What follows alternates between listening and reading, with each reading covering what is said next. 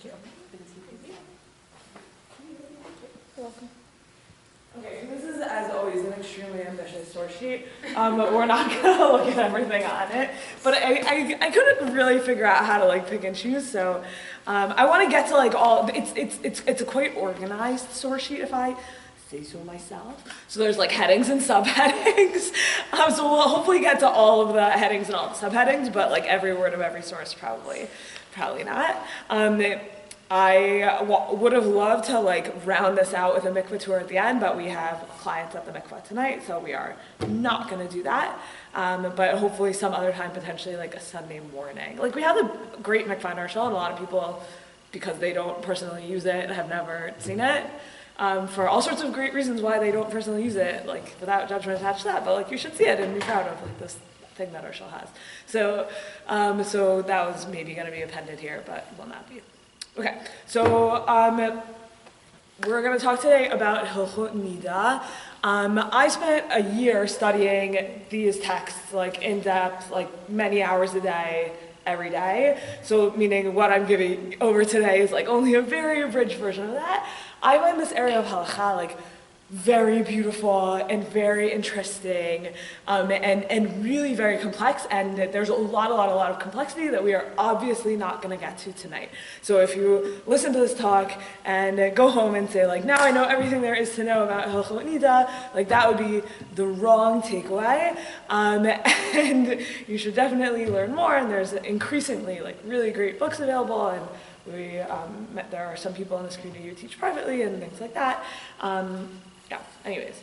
But okay, so to dive into probably what is in fact one of the most complicated elements of Hilchot Niddah is, I think, the history of Hilchot Niddah actually, which is if you read the Torah start to finish, you would not find in it exactly like our Niddah practices today, which is not crazy, right? Most things, right? The Torah says like don't do malacha on Shabbos, and that like similarly kind of like flowers into a whole planet of halachot. So too Hilchot Niddah. But actually, there is really a lot. Like meaning when we turn to Vayikra 15, we have really a lot of text, and it's at the end of the day not so directly tied into how Niddah gets lived out. One other thing I'll say by way of just introduction to like sub 1 and 2 of what we're about to look at, which is that the rules of Niddah kind of lie in two different areas of halacha. So they're in the like purity-impurity area of halacha, and then they're in the prohibition-permission area of halacha. So those things are different. In the most straightforward sense is like, what are the ramifications? So in purity, the ramifications, like you do the wrong thing, you're impure. Got it? Whereas in prohibition-permission, you do the wrong thing, you get punished in some way. You get karet, you get, you get one of the mitot Beit, you get fined, maybe you get fined, whatever. Like there's some kind of like punishment you violate, you get lashed more likely. Like you violated some like norm in our community, whereas like impurity is not a bad thing. The bad thing about impurity is just that when you're in a state of impurity, you can't do certain things. And if in a state of impurity you do certain things, then you end up over here. Meaning, so if you're in a state of impurity and you go into the temple, that's like a pretty serious violation. You're in a state of impurity. And there's a million ways. Like you touched a dead body, you touched a dead rat, whatever, all sorts of things, right? Then you, so you can't go into the temple, you can't eat truma, you can't, so like that, but like being in a state of impurity in and of itself doesn't carry the kind of moral valence that maybe things in the world of like isur v'heter, like permission, like prohibition, permission do. Does that distinction make sense so far? Okay, so the Torah talks about it in two different sections, and because Niddah is at like the crossroads of those two sections, that's part of why these halachot get so complex and so interesting. So we're not going to read all of 1 sub 1. But I did bring it all because I wanted you to see that actually in the world of like purity and impurity, in the Torah's perspective, women and men have it very equal. This is Niddah is often thought of as like, oh, that's like a lady halacha. That's like a, like, oh, the women have to deal with that, and like husbands have like some elements of Niddah that they live out. But in like the Torah's view of the purity impurity part of Niddah, at least, men are it as much affects men in like male ways as it does women. So for this whole first section, part A, you'll see if you look at sort 1 sub 1, you have A, B, and then B prime, and then A. You have like a chiast in these different sections. So A is a man who has a flow. This is not a seminal emission. This is a this is a status of zav. This is like an inappropriate flow from his genitals. And then B, you have man with like a normal flow, man who has emitted semen. And all of the different things that they have to do. So a man who is a zav has to wait 7 pure days. Oh, does that sound familiar?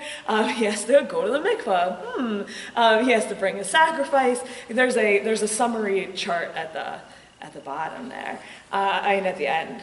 Oh, sorry, I kept it. It got a little messed up. Those should say A, B, B prime, A prime instead of B, C, C prime, B prime. Anyways, there's like a summary chart at the end. But then, so just as you have A and B, so you have B prime and A prime, which is you have a man who gives off semen, and he has this like quicker kind of purification process. And then you have a woman who is Niddah, and she similarly, compared to the woman who is Zava, has a much quicker purification process.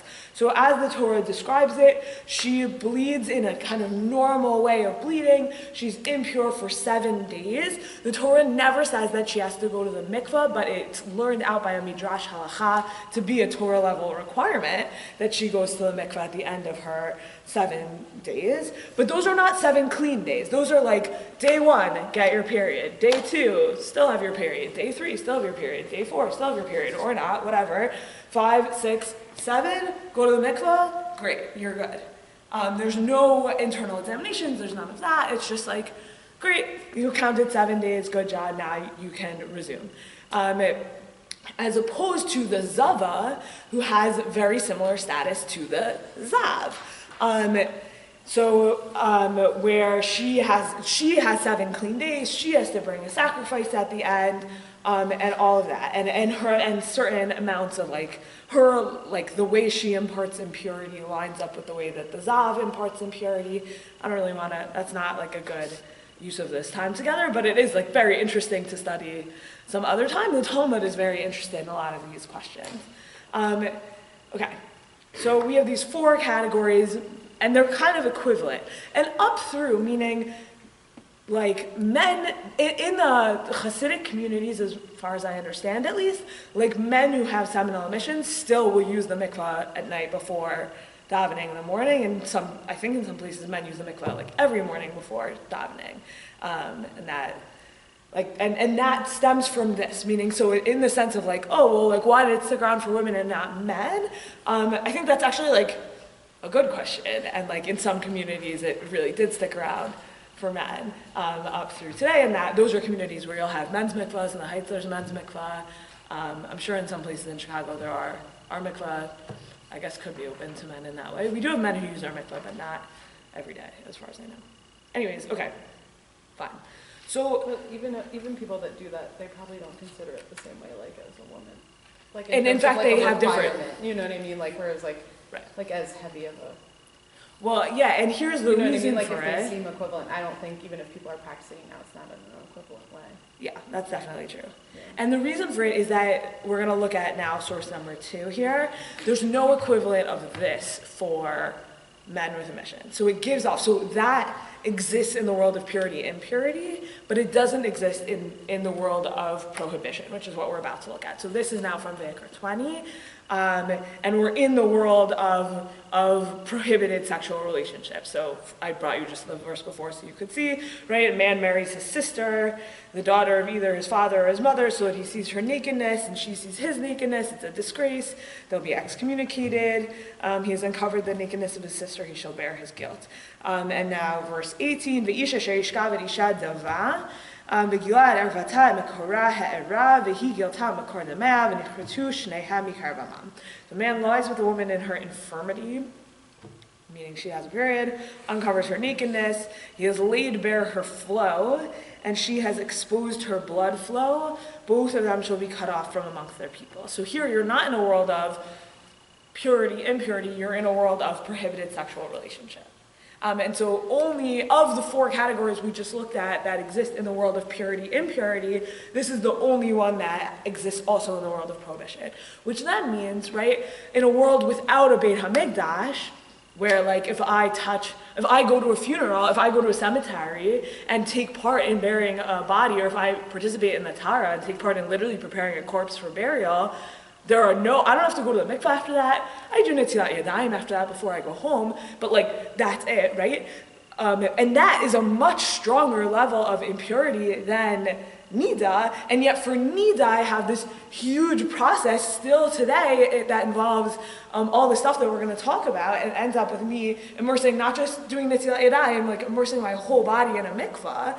Like that seems crazy, but the reason why that exists is this that Niddah prohibitions verge into an area of halacha that certainly, even though we no longer have the Beit HaMikdash, you cannot marry your sibling, right? So like that's the level of thing that we're talking about when we talk about Niddah, as opposed to other areas of purity and impurity. Okay, so now you have groups of people today who are like, okay, I'm sold. Like Niddah on a Torah level, I'm there. That's what I want to keep. Teach me how to keep that. And that is more or less impossible. There's at least a two-way, if not a four-way, if not more, debate amongst the Rishonim about how to observe the Torah level of Niddah. And the reason why it's so complicated is if you turn back to A prime on page 2, verse 25, so this is the date when the Torah describes Zava. V'isha ki yazuv zov dama, so when a woman flows of her blood, right? So when a man is zav, it's different from a seminal emission. Here, when a woman is zava, what her body is giving off is the same as what her body, or looks the same as what her body is giving off when she's niddah. But how do you know the difference between niddah and zava? It's yamim rabim below 8 niddata. It's many days that are not the days of her niddah. Okay, so where the Midrash Halacha interprets that to be, or possibly there's actually a debate whether it's Halacha Moshe Misinai or whether we can learn it out from a verse. This takes place on like the last page of Masachet Niddah, if you want to see that. It's a debate between Rabbi Akiva and Rabbi Elazar ben Azariah, I think. Anyways, either way, we have a Torah level understanding that you have 7 days of Niddah followed by 11 days in which if you bleed, your blood is Zava. So 7 and 11. Everyone agrees on that. Here's the complexity. The Rambam would say, from when a baby girl is born, her mother should count for her 7, 11, 7, 11, 7, 11, 7, 11, 7, 11, 7, 11, in perpetuity. And then whenever she bleeds, where they are in the count will determine whether she's Niddah or Zava. That is the position of the Rambam about how to observe Niddah D'Oraita. The position of Rashi is like, when you get your period, you count 7 days, and then if you bleed in the 11 days after those 7 days, so let's say between days 8 and 18, then you're Zava. And then there's a question of, well, what happens on day 19? Is day 19 immediately, like if you bleed on day 19, are you immediately Niddah again? Or is there like, what's your status on day 19 if you're not bleeding? Is there like nothing happening there? Or are you still potentially a Zava?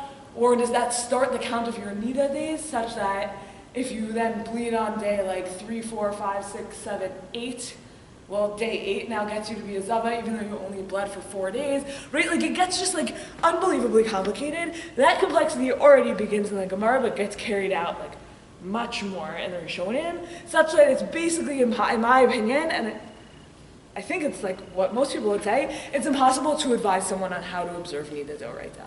And that's more or less why Niddah D'Oraita doesn't exist. So that's now, we'll get to that in source number 4 in a second, but here's what happens. Here's where Niddah D'Rabbanan came from. So we had been talking about 2 different types of impurity for women, Niddah and Zava, and what basically happens is the elimination of the category of Niddah.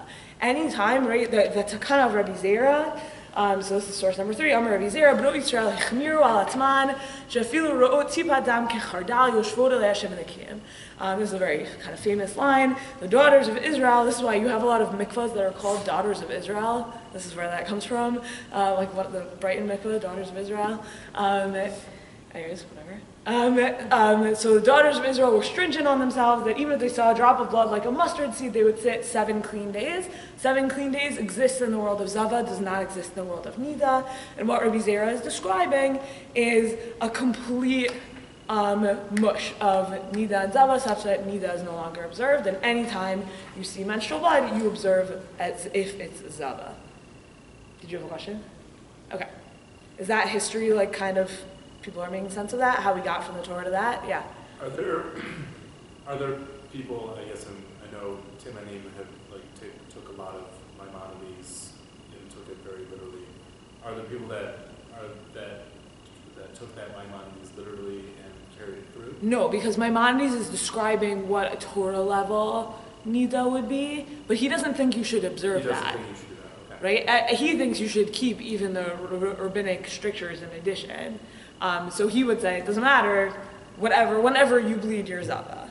That's what he would say. And the reason for that, as described by the Tur, and there's actually a lot of kind of interesting Talmud scholarship on this. So like, what was the Zoroastrian culture in which like Rabbi Zera was living? We know from inside the Bavli that there were Zoroastrian women who were observing Hilchot Niddah, or like some variety of it, and sending their questions to the rabbis, which is like really amazing. There's a character in the Bavli named Ifra Hormuz. She's like a Zoroastrian queen, and she tests the rabbis. There's my favorite of them is she sends one rabbi like a bunch of different like bloody things, and he sends her back a lice comb because he's like, those aren't menstrual blood, like I can tell. Like you have lice. And there's anyways, whatever, like so, and she like decides like, wow, the rabbis are like the best arbiters of like what is menstrual blood or not. But anyways, so we know even like internally to the Bavli that women in the social milieu of Jewish women in Bavel were observing menstrual purity, whatever that looks like for them. And so scholars would say like, when Rabbi Zera says, B'not Yisrael Chmiru al Atman, that the daughters of Israel took it upon themselves, that like might be real. You know, like that might actually be like they saw they wanted to be as frum as the women around them, and so they actually like took it on. That's kind of like, and there's something that's like, that like settles your soul a little bit when you like hear that scholarship. I don't know, I find it like very comforting. Anyways, whatever. For a different time. Okay, so but the Torah would say the problem is that we just don't know how to keep Niddah D'Oraita anymore. So the Torah says here, Mishrabu Galiot Tafua Tarot Nimatua Levavot. The exiles grew, the difficulty strengthened, hearts weakened. Chashu Shemei Yavoli Tov Be'Ser Karet, and they grew concerned that there would become mistakes in a Karet level prohibition, a very high level prohibition. That's what's scary about Hilchot Niddah. It's not just what hangs in the balance is like, oh, I'll be impure. It's like, oh, a woman and her husband will have sex, and that sex will constitute an Isser Karet, which is a very, very serious thing. And so that's why we're very, very we're very anxious in Hilchot Niddah. And so then the Torah says, "V'kadesh lo yavo lidei ta'ut ben yemei Niddah v'yemei Ziva, husifu chomra achar chomra, ad shamru shafilu im lo tira ela tipa dam kechardal tishev alei adayin nekiyin kezava gedola." So in order that they shouldn't come to make mistakes between Niddah days and Zava days, they added stringency after stringency until they said that even if she only sees a drop of blood like a mustard seed, she should sit 7 days like a Zava Gdola. I didn't talk about the difference between a Zava Gdola and a Zava Ktana. We're just going to leave that to the side, like many things. We'll just own that. Okay, so now that we have a little history of how we got to what can be described as Niddah de Rabbanan, which is what is observed today. By the way, the other thing I'll just say is many things that we observe are de Rabbanan, meaning, right? I find it it's so silly, oh, the rabbis just invented this. Well, do you celebrate Purim? I don't know, there's a lot of I'm not so those types of arguments don't really speak to me because so much, right? Do you daven? Most of davening invented by the rabbis, and it's amazing, and the rabbis are brilliant, and we're inheritors to an amazing tradition. So I don't find that to be such a compelling thing to say. So anyways, that's my other bit on that. Okay, so, okay, but there's a few things to know, right? So in this world in which very high stakes, prohibition, current level prohibition going on here, there's still some things that are very important to know. So first of all, not all blood is Niddah blood, meaning, right, you have blood in your body, or you get a paper cut and blood comes out of your paper cut, that is not Niddah blood, that does not make you impure. But so what is Niddah blood, right? So if a paper cut is not, then what is yes? So we're gonna look at the Torah here. And there's 4 kind of primary criteria. And you could spend literally weeks and weeks studying each of these criteria. So if you have some questions by the end of this, then I'll do my best to answer them, but it's complicated. Okay, so the Torah is going to quote one of the verses that we just glossed our way through. So this is from the Torah describing a zava, a woman when she is one with the flow, her flow being of blood from her flesh, 7 days shall she remain in her state of being apart. Oh no, sorry. This is from about Niddah, sorry. V'landu chachamim midrash psukim shelo b'kol makom shetazuv mimenu dam tme'ah. So the rabbis learn from Midrash Halacha that not from anywhere that blood flows out of her body makes her impure, right? A paper cut doesn't make you impure. Ela dafka dam haba min hamakor. It has to be uterine blood. So 2 criteria so far. One is that it has to flow. That's going to be really important. We'll talk about that more in number 2 in a second. And 2 is that it has to be uterine. So even, let's say there's such a thing as you could get a scrape in the wall of your vagina somehow. If you could figure out exactly where that is and what it looks like and whatever, there's even, in some communities, there's women who specialize in checking people to see if a woman says I think I have a scrape in my vagina, there are women who OBGYNs or whatever who will from OBGYNs usually, who will take a look and be yeah, this is not Niddah blood, this is a scrape inside your vagina. And then you'll know it's not uterine blood, and it's okay. Okay, so then he continues, V'lo kol dam haba min hamakor tameh ela dafka hey minei damim, and not, this part's a little complicated, not all blood that comes from the uterus is impure, rather 5 specific types of blood, kasher yiber be'ezrat Hashem, we're going to look at that in 1 second, it's the second half of this source. So there's pure and impure uterine blood. And even amongst these types of blood, the impure types of uterine blood, so a flow, uterine, impure type of uterine blood, she's still not impure until she feels it coming out. Okay? So those are all really complicated. Well, I think the coming from the uterus is the least complicated of them. So we'll start in source number 2. We're going to talk a lot about feeling it come out, and there's infinite much to talk about that really you could spend a long time on it. But just now a note on the 5 types of blood. So here's the Torah, the next section of the Torah I brought for you. Dvar Torah hey damim tmeim be'isha. According to the Torah, there's 5 different kinds of impure blood in a woman, v'tulo, and not more, but v'ha'ina shenid ma'ida b'kiyut chazru l'tamo kol sheyish bo mar'eh adom. But now, because we can't tell what those 5 are, meaning if you look, the Mishnah describes 5 different types of red, basically, as impure, and what you can see from there is that there's types of red that are actually pure. But the problem is we don't know what types of red are which. Like we've just lost the ability to understand them. Fascinatingly, and again, this is like the Rambam just at his like scientist finest, he's like, I have recreated what the Mishnah describes, and like I know what they are, but like we can't imagine that other people would, so like all reds are bad. But it's just like such a glorious like moment in the Rambam. Anyways, okay, so now chazru l'tamok kol sheish bo mar'eh adom, anything that looks red, beini mukaher be o amok, even if it's dark or deep, and again, like what is dark, what is deep, and also anything black. So that complexity, anything red, even if it's dark or deep, right? Like colors are just really hard to describe in words, which is why when you learn these in order to, like when you learn these in greater depth, like I literally spent time like looking at like Badika clouds with blood on them, like with someone who's been doing this, who learned from their teacher, who learned from their teacher, who learned from their teacher, and like how to look and in what light to look, and what is brown, because browns are okay, but what is maroon, and the line between maroon and brown, not so straightforward.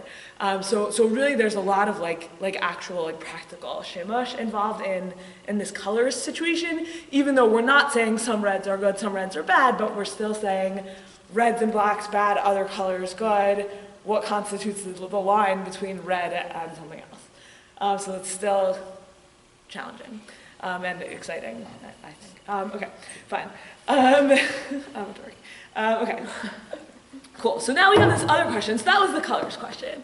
But then we have this like feeling it come out. So like, what do you mean you feel it come out? This seems made up. Like that's not a thing.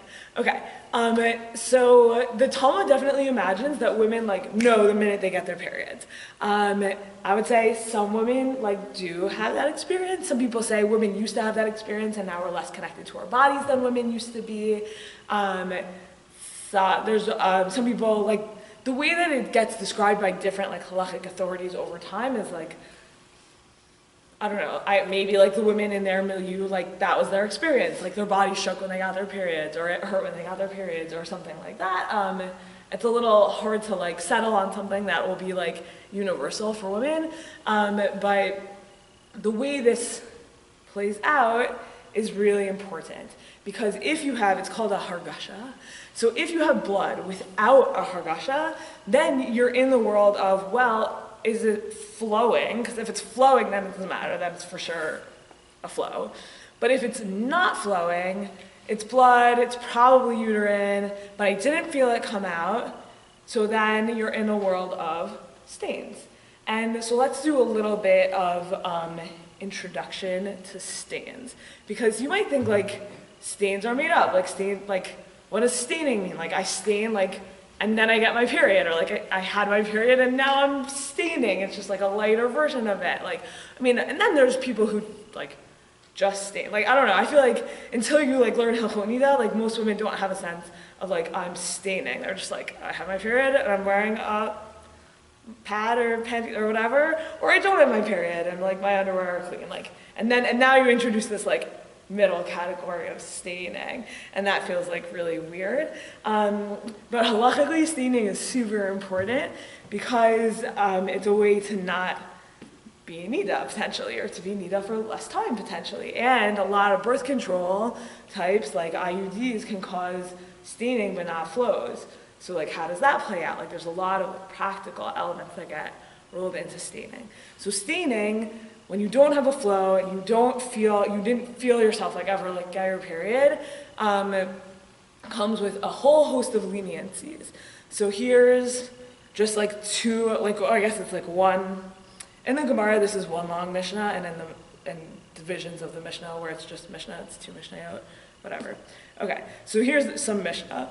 So if she sees a blood stain on her clothes, she can say, oh, also their world was much more full of like different kinds of blood than ours is. That's the other thing, right? So she can just like, hang it on, she can attribute her blood stain to anything. If she shachta behema chaya v'of, if she, what? If she like literally slayed it.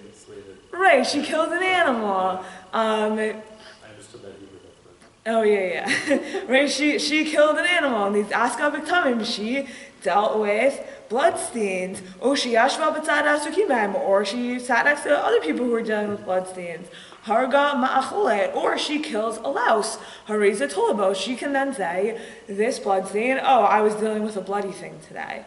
I mean, Allie, you probably deal with bloody things like in your normal life. Yes. Allie's a transplant nurse. But you wouldn't be, I mean, it's different here maybe, but you would never confuse that for... It's kidney blood, everyone.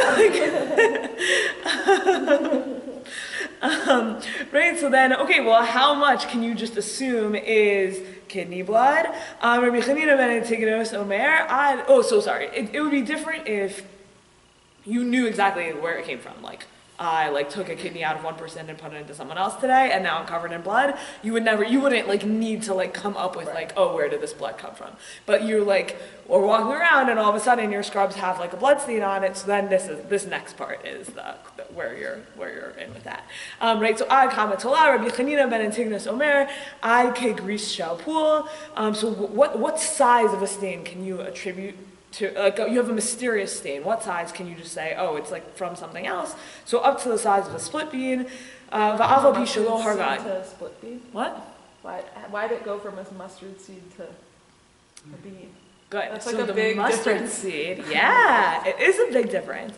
Good. So mustard. So by the way, the way we interpret a split bean now is either the 2 shekel coin, that's the universal, or the outside of a dime, the outside of a penny or the inside of a nickel. Wait, I always forget because I just keep a shekel. What? Nickels are bigger. I know nickels are the biggest. I think it's a nickel. I think it's the inside of a nickel or the outside of a penny. I think it's the outside of a penny. Anyways, whatever. I always I keep a shekel with me, so I haven't done the American version in a while. That's so funny. I would look it up if I were going to do the American version. Anyways, it's the outside of one coin and the inside of another coin or something like that. Anyways, so how did we get from mustard seed to this? So, good. So the mustard, so that is actually there's a ton of ink spilled on exactly that question, but the mustard seed thing assumes that you had a hargasha that came along with it, assumes that you had a feeling that came along with it. So that teeny size? Yes. That's, I think, the most straightforward read. Okay. So you have, but yes. It's weird. But basically, the definition of stains is I didn't have a feeling of getting my period, and therefore I'm in the world of stains. Okay. And that, So is it automatic, if you're pregnant, that it's a stain? You know what I mean? Because you're not going to get your period while you're pregnant. Well, unless you, God forbid, are having a miscarriage, Right. in which case it would turn But I'm into a saying flow. you could, right. You could have But also, even if you significant have amount of blood, but it's not your period. Correct. But stains can sometimes make you Niddah under certain circumstances. Right. So which we're in the middle of figuring out. So you're just saying either way, it doesn't matter if it's a flow or a stain, you still go in Niddah. Depending. Meaning if it's a flow, okay. Meaning it's not a flow if you're pregnant, Yeah. right? But you still going to Niddah regardless. So it depends what you saw and under what circumstance. Okay. I'm gonna step away from the sources for a second and give a little bit of an overview. So here's how you know if you have a flow. One would be, I know I have a flow. I put it in a pad and it filled or whatever, whatever. That would be I know I have a flow. 2 would be, you can be in certain circumstances where the halacha assumes that you would normally in the world, if you got your period, you would know, assumes the halacha, except for under 3 primary circumstances.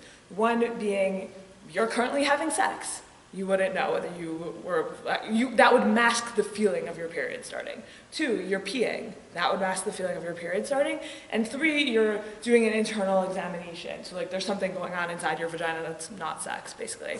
That too would mask that. So which means, let's say you're doing, this is a horrible idea and no one should ever do it, but let's say it's like you're pregnant and you decide you're gonna do an internal examination for no reason. And then you see a mustard-sized seed stain of blood on that, you're now Niddah. Because you wouldn't know whether or not you like felt your period starting during that time. While you're pregnant? It doesn't matter. Because like while you're pregnant, you could theoretically like be having a miscarriage, which would make you Niddah. Right. So, Okay. or like at any random time. Sometime when you're like completely not, you went to the mikveh last week, and now you're like doing a bedika for no reason. You could make yourself Niddah if there was someone even like a tiny went to the bit. doctor and had like an ultrasound or something, like an internal one. Yeah, Like that would be. that could happen. But you would, depending on like what exactly happened at the, meaning more likely you can attribute that to some kind of injury. Right. If you can attribute it to an injury, then it's a stain, usually. Okay. Yeah, those are a little bit complicated situations. Oh, okay. So, No, it's fine. I mean, it's fine. It's got like that's a real life thing that could happen. Right. I mean, not usually the way that they do those ultrasounds because they like whatever. Yeah. Because the way the ultrasounds are built, that I don't know. Never heard of someone getting injured from those, but like it could be. No, but you could get spotting from it. If they So then you know it's uterine blood, but it's not your flow. good, so it would depend then what you saw the spotting on. So okay. Right. Like tissue or yeah. Great. Okay. So that's exactly it. So once you know it's not a flow and you didn't do any of the things that might like mask it. So if you're doing any of the things that would mask your feeling of your flow beginning, then any red blood you see on anything, you're in trouble. Which is why we would say like don't do a bedika unnecessarily, for example, or like if you think you might be a little bit bleeding, don't look at anything right after you go to the bathroom, or like after you have sex, like wipe off with a non-white towel. Those are all things that like we teach people in. I was like not planning to go into that much detail, but yeah, anyways, whatever. Those are all like, because of this, because you're in flow world instead of staining world in the minutes after you pee, you have sex, or while you're doing an examination. Okay, but here's all the things about staining. So let's say you're staining because you had an ultrasound and they caused a little bit of blood, of staining, okay? So there's a lot of heterim for staining. There's a lot of like permissive things for staining, and like what I was driving at with the Mishnah is like we try to be permissive, right? Like you don't know where it came from. It came from a louse. And then here's literally there's a story of Rabbi Akiva in the next one.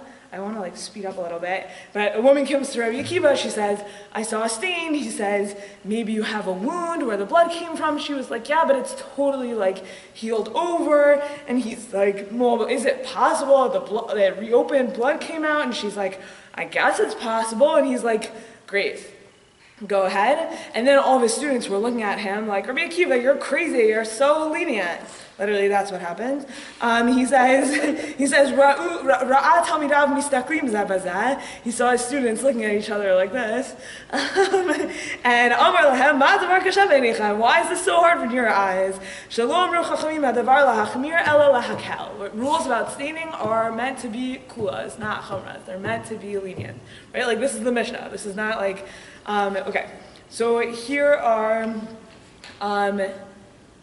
the rules about staining. So we already saw size matters. If it's smaller than a grease shell pool, then if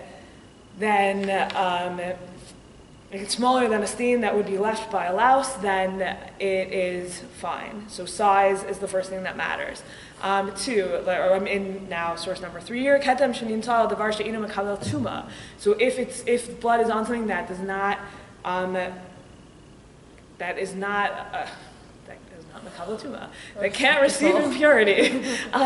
So things that can't receive impurity would be like synthetics, anything that's temporary. So in America, we say that toilet paper is not makabel tuma. In Israel, you have pink toilet paper because some people in Israel think toilet paper is makabel tuma. What? Oh, that's why, yeah. Things that are connected to the ground. So if you see blood on your toilet, for example, your toilet is connected to the ground. An interesting question is, what if you're like on a train using a toilet or an airplane using a toilet? Those toilets not connected to the ground. But raise your toilet above the ground. So Well, that I thought they say you're not supposed to look.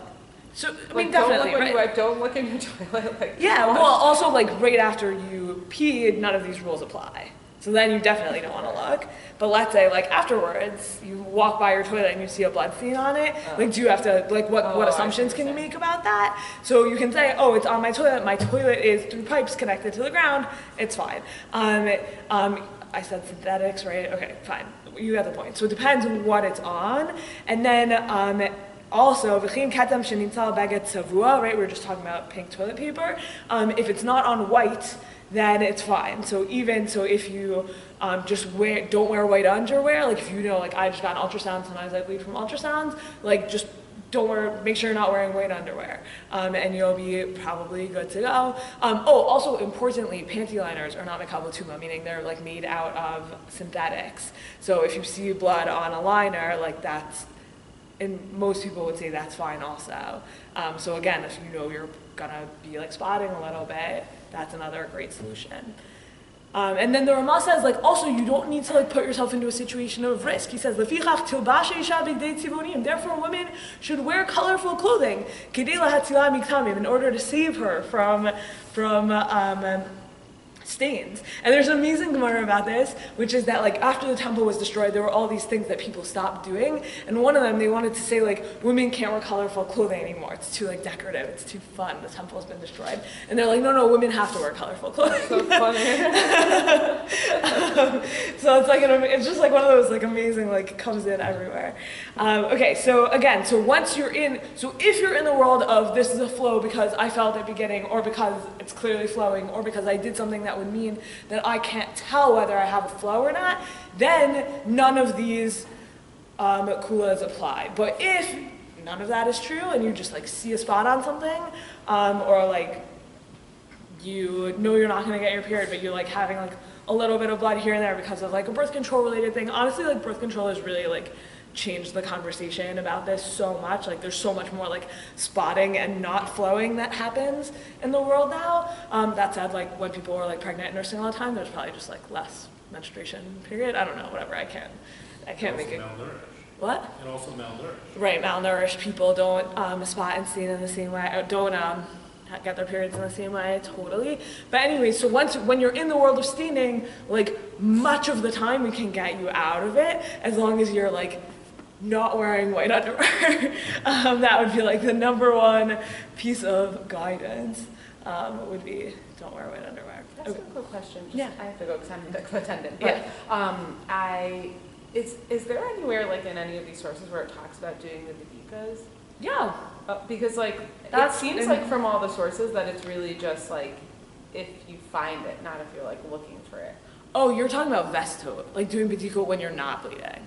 I skipped vestot in these sources. Okay, so I'll just mention what Ali's talking about since because it just seems like it's all like if you find it, like not if Correct. you're looking for it. Okay, Yeah. good. So I didn't bring it in. I like went back and forth because like vestot are like the number one piece. Like when I teach kalas, they're like, I've never heard of vestot. Like what is this?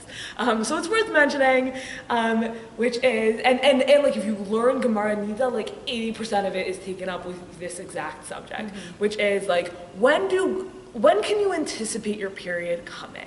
And like how do we like make that calculation of when your period is gonna come? Because if you can anticipate your period coming, like the problem is that if you have a sense like I'm getting my period today, then like you're playing it really fast and loose if you're gonna have sex today also. Because if you have sex and while you're having sex, you start having a flow, like that's an issur recovery, like that's a really big deal. And we would really like to avoid that situation. So in order to avoid it, we have a thing called vestot. Vestot are when you would anticipate your period coming, and they're quite complicated in the sense that they need to be calculated.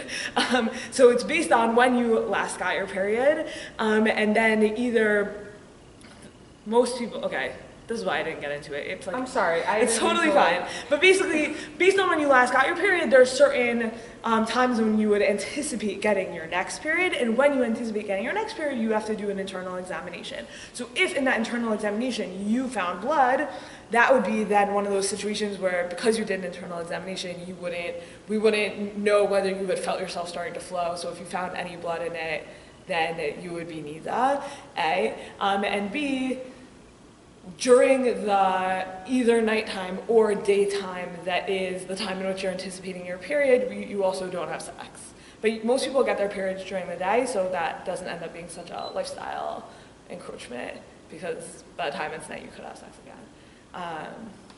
Anyways, okay, that was like a very on one foot. Vestot are unbelievably complicated, but for another time, maybe more vestot. Do you know mymikvahcalendar.org? It calculates it for you and sends you a text reminder. That's great. Just in case I wanted to know. I like the challenge of doing it myself. But I said I like the challenge of doing it myself. Sorry, I have to go. Thank you. Anyways, the reason why it's complicated is because in like the way most people observe vestot, you have to calculate 3 different potential dates in which you keep your vestot. Okay, we're gonna leave that to the side. Too much. Okay, so we want to talk about exiting Niddah status, and that we'll end with that. And this is the stuff that's maybe a little bit better known. So the first thing is also the other piece of this that I would like to skip is how long does your period have to be? Meaning, like in Ashkenazi practice, from the beginning of your flow, you count 5 days. In Sephardic practice, it's 4 days. Why that is and where that comes from is rather complicated, and we're gonna not do that. So let's say that time has passed. Your Niddah days have passed. Let's say you had a 5-day period. Great. So then on the last of those days, on the 5th day, let's say, you're gonna do something called a hefsek tara, which is the first of your internal examinations that you're gonna do. And what that's gonna do is it's gonna establish my flow is over and I'm beginning my 7 clean days starting with sunset. So here's the Shulchan Aruch on this. Shiva yamim she'azava soferet matchilim mimacharat yom shepaska bo. So the 7 days that the woman who, Zava here means Niddah, meaning because we're in a world of Niddah Rabbanit, where we've combined these 2 categories of Zava and Niddah.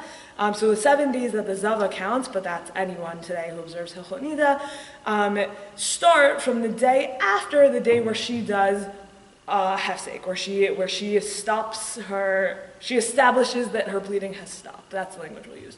She establishes that her bleeding has stopped. So v'kach mishpata, this is the rule. Im tir'eh bet yamim o gimel v'paska milirot.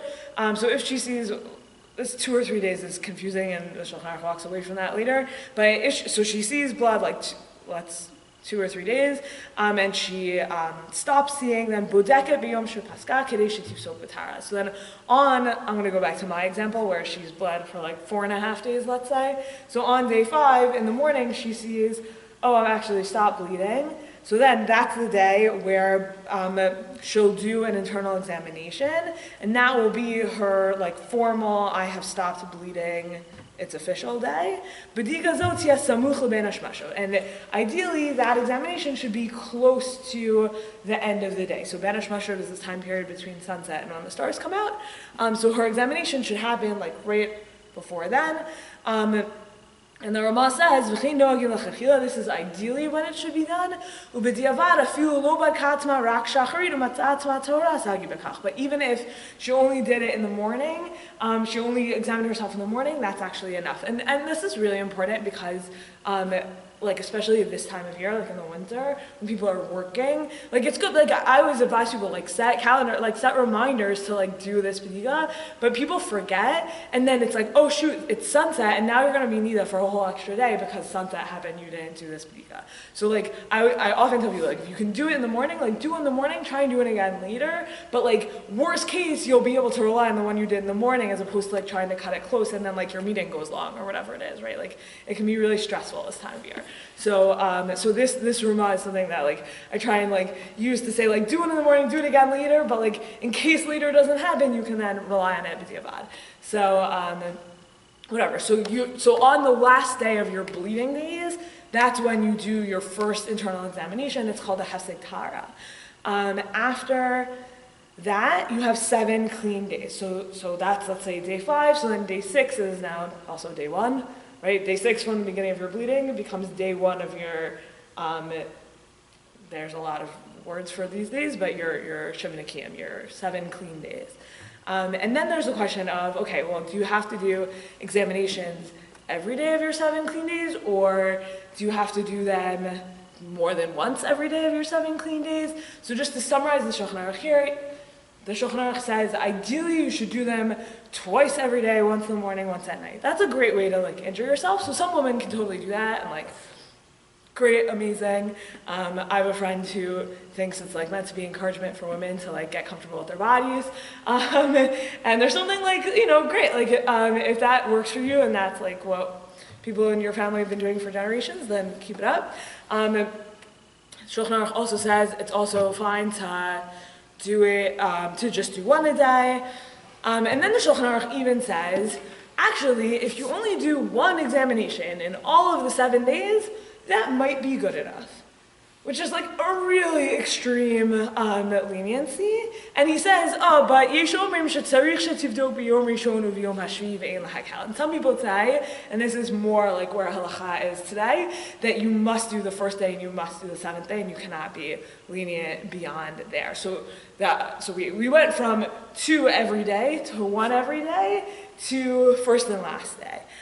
So if like doing examinations is tough for you, then the minimum that you would need to do would be to mark the end of the hefsek tara, to mark the end of your bleeding, day 1 and day 7. But if you only do day 1 and day 7, like you can just get into trouble because it's easy to forget. Because like if you're not doing them every day, you can just like lose count or like it gets confusing or whatever. So A, like a lot of like alarms and calendar reminders, but B, like I usually advise people, like even if it's hard, trying to do like day 1, day 2, and day 7 such that like if on day 7 you forget, then you can still do day 8 and you'll have day 2 and day 8, for example. And then you can go to the mikveh the night after day 8. Does that make sense? Okay, so we're just going to skip source 2, but you can look at that on your own. Okay, so then there's the question of, okay, so I've done my 7 clean days. So just to walk through the calendar again, because the calendar is a little bit tricky. You establish that you have a flow. You go 4.5 days. On day 5, you do a hefsek tara. Now our count is going to start again. So day 6 is really day 1. You have 7 clean days. After sunset of day 7, so now it's Jewish day 8. After sunset of day 7, so really day 8, but at night, that's when you're going to go to that's ideally when you're going to go to the mikveh. Okay, so what happens if it is really cold and I don't want to and I want to go during the day? Or I'm a single parent, and, well, I guess that maybe wouldn't be so relevant. But I can't leave my house, whatever, my spouse is traveling, I can't leave my house at night, I want to go during the day. Or I'm at a wedding, can I go earlier? Can I go the next day? Can I, whatever. So basically the answer is, it's complicated, as with all things. So let's take a look at the Shulchan Aruch a little bit. Asra litvo b'yom zayin, you definitely cannot go to the mikveh during the 7th day, says the Shulchan Aruch here. There's a caveat to that, which we'll discuss at the end. V'afilu imam tenet militvo ad yom chet otet inu yachal litvo b'yom mishum strach bita. So even if she says, I'll go to the mikveh during the daytime on day 8, like I'll give up at night and I'll go to the mikveh during the daytime the next day, can I go to the mikveh during the day? And the Gemara, here's the Shulchan Shulchan Aruch, but it's based on the Gemara, says no, because your daughters are watching you and they'll learn that you can go to the mikvah during the day, and then they'll go during the day on day 7, and that's too early. Which is just an amazing thing because nowadays, like, Niddah is not learned through mimesis, and the Gemara imagines that, like, daughters are watching their moms, and that's how they learn how to, like, observe these laws. And so that's kind of just an aside, but, like, and that the, like, mimetic assumptions then have this, like, halachic weight. But basically, for the most part, mikvot in the world are closed to women during the daytime, unless they have, like, a very compelling reason. For example, look, skip down to, except for brides, and you'll see the Ramah here, we're going to skip it, or whatever. The Ramah here says brides can go during the day, and brides usually do go during the day. Okay, so now go to number 4. If there's danger, like it's too cold at night, or there's thieves, or you can't get to the mikvah because they close the city gates, then you can go on the 8th day during the day. But you still can't go on the 7th day during the day. But then in 5, the Shulchan Aruch says, Im avra v'tavla b'chat b'yom below ones. So you go on the 8th day during the day not in a situation of danger. V'afilu hachi al talat tefillah. It actually still works. You're just not supposed to do it, but, like, it still works. V'chin im avra v'tavla b'zayin b'yom al talat tefillah. And even if she goes on the 7th during the day, it still works, which is very interesting. The reason why we don't let people go on the 7th during the day is not because the immersion doesn't work. It's because if you immersed during the 7th of the day and then you saw blood, or like you had sex with your husband and then you saw blood, that sighting of blood on the 7th day would make you niddah for sure and would undo your having gone to the mikvah. So then it's like a very risky time to have sex. And the assumption is, like, you've gone to the mikvah after you've been niddah for all this time, you're for sure going to have sex. Like, that's the halachic assumption, basically. So it becomes like this risky thing to even allow people to go to the mikvah during the day on day 7. And then the other, like, interesting thing is the Ramah says, and even if you have gone to the mikvah during the day, lo tishamesh afilu b'shmini ad halayla. You can't have sex until the nighttime. V'tastir tfilatami v'ala ad halayla. And you have to hide the fact that you went to the mikvah from your husband until the nighttime. So just like one thing about this, which is that there are places where women can't get to the mikvah on Friday nights because the mikvah is too far away from their home. So the first place I heard about this happening was in Teaneck, but now also in parts of Efrat, the mikvah is too far away. So what they'll do is, if you're what? In Teaneck. I know, from places, Teaneck and Efrat, right? So it's just like it's too long of a walk or whatever. So, or like some rabbi decided it's too long of a walk. I don't know. But anyways, what they'll allow people to do is they'll open the mikvah right before Shabbos. For women whose mikvah night should be Friday night, they'll say you can go to the mikvah before Shabbos, but make sure your husband is already at shul by the time you get home, so that you do not like cohabit the same space until sunset. So that'll be, but we only do that under like very exigent circumstances. Someone came to us and said, I live in Lakeview, I just want to not go to the mikvah on Friday night because I don't want to because it's inconvenient. We'd be like, sorry. And we don't open our mikvah before our Shabbos and Yom Tov, and that way. But I guess if someone like, I don't know, was like in I don't know if there's a mikvah in Hyde Park. There probably is because like that's a very old community. But whatever, someone was like, I live in the Loop and I need to use the mikvah on Friday night, we like possibly would for that. I don't know. I don't set mikvah policy, so I'm just saying things. Talk to a Walkenfeld. Okay, so then the other question, so that's like the mikvah when, but basically the ideal time, and there's also a concept, by the way, in the Gemara of tefillah b'zman mitzvah.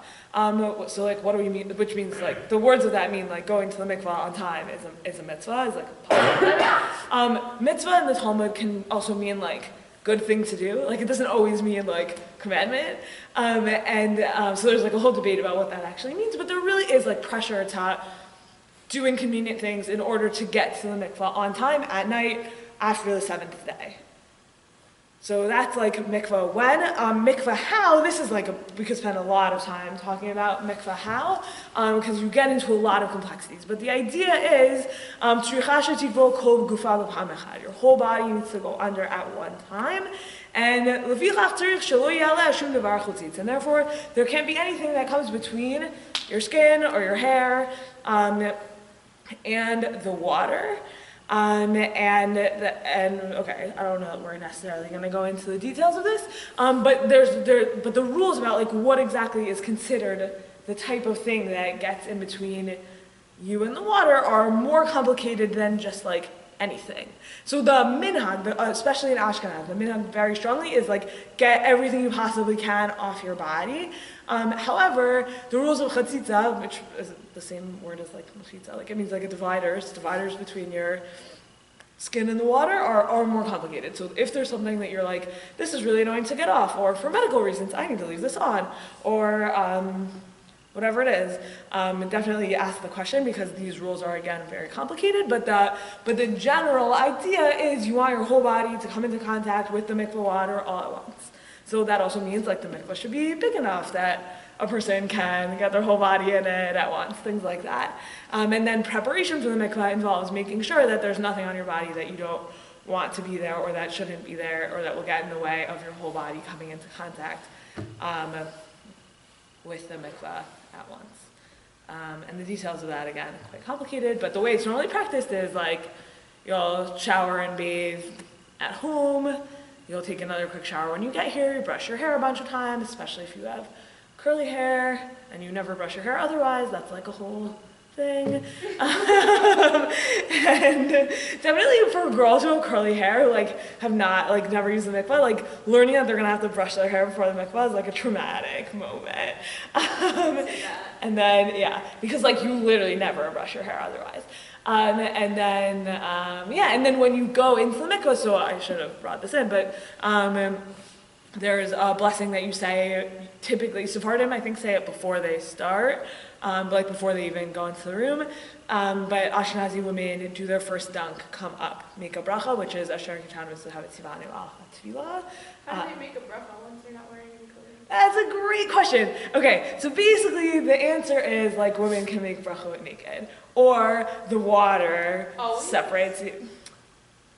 Kind of, maybe. It's also interesting in terms of like, because like the idea is that like women's private parts are basically always hidden, like unlike men's, for example, if like that's your point of reference, right? Breasts are for the most part not considered erva. I thought you have to have like a separation like between the top and bottom half of your body. Good, so maybe the water accomplishes that? And covering your heart? No, well, yeah, the water's usually kind of up to here when you're standing, but definitely like between your like top half and bottom half, the water maybe accomplishes that. But certainly like you're making like the Ashkenazi practice is to make the bracha like in the water, not wearing any clothes. And there is a custom to go like this. And the Shach and Taz, the last Shach and Taz and Niddah, they're both like humongous, like this long, being like, why do women do that? I don't think they need to do it. Okay, but everyone does it, so there must be a reason for it. Okay, and then they do this whole like Bnot Yisrael, Neviot Hen, B'ninam Neviot Hen, Bnot Neviot Hen, like the daughters of Israel, they're prophetesses, and if they're not themselves prophetesses, they're like the daughters of prophetesses, and therefore like their practices must have meaning. And so then they come out being like, of course, like you can do it. There's nothing wrong with like standing like this while you're making the bracha, but they're like, it doesn't actually effectuate anything. It doesn't like, it's totally fine. You can make a bracha naked. That's basically the answer. So how about when men go in the mikvah? They don't make a bracha. There's no bracha for men. Yeah. Huh. So they definitely can't make a bracha naked. Yeah, men can't make a bracha naked. Well, if the water counts as a division, then no bracha at all for men going to the mikvah. So men converts do make a bracha. That's actually, so normally like in the world, when you, let's say like when you take, actually that's a complicated example. like when you're putting on your tefillin, let's say, you make the bracha before you put your tefillin on, right? Like most birkot ha-mitzvah, most like mitzvah-related blessings, you make the blessing first. So it's weird actually that you would do a dunk, come up, and then make the bracha for mikvah. And the reason why we do it is so that it'll be the same practice for all mikvah users, including converts, because before a convert dunks, they can't make the bracha, or they could say the words, but like the bracha doesn't count because they're not Jewish yet. And then once they go under and come up, now they're Jewish, and the first Jewish words they say are this blessing, which is like really cool. And then like the woman like monthly practice gets established, like to include that, which I think is like a really nice kind of thing that happened. And yeah, so men mikvah users don't. You do make a bracha when you do tefillat kelim, but you're wearing clothes usually for that. Like when you Usually. I mean, ideally, when you're dunking your new items, there's no question for that. And then the last thing, I'll just to like round it out. So there's different practices for how many dunks. My understanding is that Hasidic women usually do 7. Most Ashkenazi women do 3. I think Sephardic women also do 3. And then there's a custom of like saying a tefillah between dunks 2 and 3 also.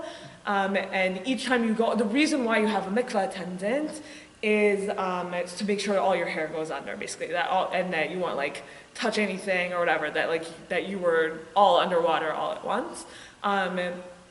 So like for people with long hair or whatever, that can get complicated if you're like traveling and you're like, okay, there's an ocean, but like I didn't bring a mikvah lady with me. So like, what do I do? The answer is obviously to like bring your favorite mikvah attendant on vacation with you. But like there are many halachic positions that would allow you to like immerse with a hairnet, or for possibly your husband to be your mikvah attendant. Is certainly permitted. So different kind of ways to deal with that. And then the other, in Ashkenaz, the practice is not to shower on your way out of the mikvah. So even though our mikvah is very heavily chlorinated, so you might want to shower up before you leave. The Ashkenazi practice, it's a custom, meaning so like if you like really can't handle, like if your skin's gonna like get this, like if you're gonna like grow a rash or whatever from even like a few minutes with chlorine, you can shower on your way out. You can shower once you get home.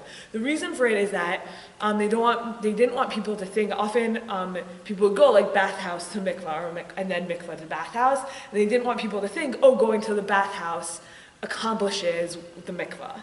Like, no, mikvah is different than bathhouse, therefore you can't go from the mikvah to the bathhouse. You have to like remember to do the mikvah part of your night. And so that was why they kind of, there was a lot of encouragement to not go to the bathhouse from the mikvah. So the way we live that out today is by going home before you take another shower. But we're up to shower number 3 of the evening for anyone who's counting at home. So it's a lot. You shower before you get into the mikvah at the mikvah place, even though you showered at home, right? Yeah. Oh wow. Yeah. Shower number 4, if you shower every morning. But well, okay, yes. Okay. I know some people get annoyed with like, but in the shtetl questions, but like, they didn't have that much clean water, did they? Often they had bathhouses, and you definitely would be using hot water as part of this. So even if it was like a lot of work, like halacha is a lot of work. So even if they would, I don't know that they would do the like, meaning you don't necessarily, like it's common now, like no mikvah is gonna let you just like, oh, except on like Friday night or Yantiv or whatever, we didn't talk about any of that. But like now if you like walked into the mikvah and said like, I just wanna go straight and immerse, almost no mikvah would really let you do that. Like they would make you take a shower at the mikvah. But that shower is not like halachically necessary. Like one like long like soak or shower is like the halachic necessity, and then like the Shulchan Aruch describes like, and once you get to the mikvah you should like comb your hair through again and like just check yourself again. But it's not like the highest level halachic requirement is like one pre-mikvah bathing situation. Why can't you just shower at the mikvah? So you can. Usually if there's like a lot of people who all want to use the mikvah, then they're going to get annoyed at you if you do all your preparations at the mikvah. But like our mikvah, which is like a little bit like less heavily trafficked, and like mikvah in general, again, like birth control has really changed the way, like mikvah culture, and mikvah are just less used now because people get their periods less. like people who like are done having children now get IUDs and then get their periods like never again, basically, which is like really bad for mikvah who rely on people like paying for use, right? So, but if people don't get their periods because they put in like a morena after they had their last kid. After they had a kid. Oh, okay, yeah. Right? Yeah. So like, okay, like I've had my however many kids I want to have, now I'm getting an IUD, and now I'm never going to get my period again. Right, like, which doesn't necessarily, by the way, that doesn't work for everyone, but some people go on IUDs and they just never get their periods again. So then like they're never using the mikvah again, and then, but like mikvah, like need people to use them in order for them to survive. So that's like a whole, like people are talking, there's a lot of discussion about like how to fund, like new ways to think about funding mikvahs and whatever because of that. It's like a problem. I was thinking you were saying like if people are having kids later, then they're getting closer to their, like by the time they're done having kids, then they're in menopause. No, because menopause always was the thing, like that, you know, that's not new. That makes sense. What was the point of that? Right. Oh, anyways, right. So it's just a question of like, how annoyed are the people after you gonna be? And sometimes the mikvah will literally tell you, like, you can't take a bath here. How long is the time slot usually? It really, I mean, it depends. It depends where you are. And sometimes you just show up, like, also different mikvahs are totally different. Like, our mikvah, you have to make an appointment. Some mikvah, like in Washington Heights, you just walk in and wait in the waiting room until like it's time. Like depends how trafficked they are, how well the mikvah attendant is paid, things like that. But also sometimes they'll like schedule you in for an appointment. So even if it's like a heavily used mikvah, but they know they only have 2 prep rooms, they'll say like only, you know, we can't take you before 9 p.m. or whatever. Which have, and then they have some, and they might ask you in advance, are you going to have to prepare here or not? Because if you're going to have to prepare here, for some people that takes an hour. So like that's like a long time. And like it's not your bath. Like that's the other thing. Like so, some mikvahs are really beautiful and they're like clean and pristine and whatever. But like if I was going to take a bath, I would probably want to do that at my home. It has to be a bath, not a shower, or? It's either a bath, ideally a bath, but some people find baths like really disgusting nowadays. So then we just encourage like a much longer shower than you would usually take. Because the idea is you also like if you have calluses and stuff, you want to like soften them. Any like if you have like scabs, you want to. So we don't say like some people like once upon a time they used to teach people like pick off your scabs.